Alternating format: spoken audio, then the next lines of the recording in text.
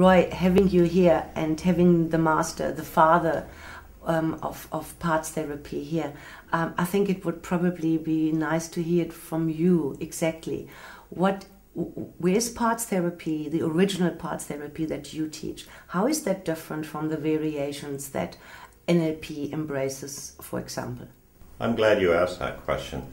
I learned parts therapy from the late Charles Tebbetts, who pioneered it during the 1960s and 1970s, contemporary with the time when John and Helen Watkins were pioneering ego state therapy, which is a very similar technique. While Watkins and Watkins pioneered it for the mental health field, Charles Tebbetts pioneered it for the hypnotherapy side. And it's based on the concept that we all have different aspects of the subconscious. For example, my clients see my hypnotherapy cap. When I go home, my inner child wants to have some fun after a hard work week. And for example, if a person isn't buying into the positive suggestions to reduce or to quit smoking, there's a part of that person that wants to keep on smoking, and there's a part that wants a person to quit and has motivated the client to invest his or her time and money in hypnotherapy sessions. So parts therapy is like mediation, only you're mediating between the two conflicting aspects of the subconscious instead of mediating between two different people who have a conflict. So hence the subtitle for the parts therapy text that you have, Hypnosis for Inner Conflict Resolution. Yeah, I must say, prior to attending your course in America, I think I was in this thinking that I know parts therapy. I've been trained in parts therapy. We do this very humble, very insufficient, now that I understand what it's all about, 6-step reframing, for example. But the in-depth procedure, which actually isn't that complicated, once you know it and once you understand how to apply it and how client-centered it is. But my message would be for the people out there that you ain't seen nothing yet.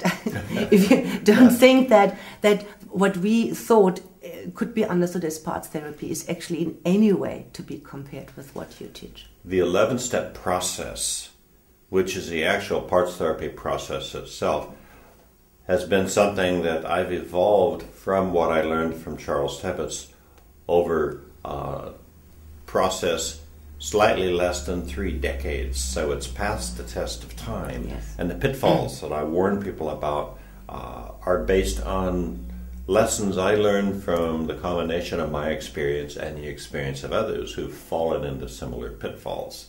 So it's basically a discipline that has not only passed the test of time, but has been validated by client successes and also knowledge of, let's just say, failures or learning experiences that have either come to me through the experience of others or in some cases myself, because as I tell my students, I'll share both my successes and my learning experiences with you so you don't have to reinvent the wheel. Yeah. Now, parts therapy is not the only game in town. There's more than one way to get from New York to London. But although the destination is more important than the journey you take, parts therapy is very definitely a good journey that is built on proven techniques. Ego state therapy, however, is like a twin of parts therapy. It's very effective, and my current protege for ego state therapy is Gordon Emerson. And Dr. Emerson is a very phenomenal individual. He wrote Ego State Therapy, which I highly recommend to fellow professionals.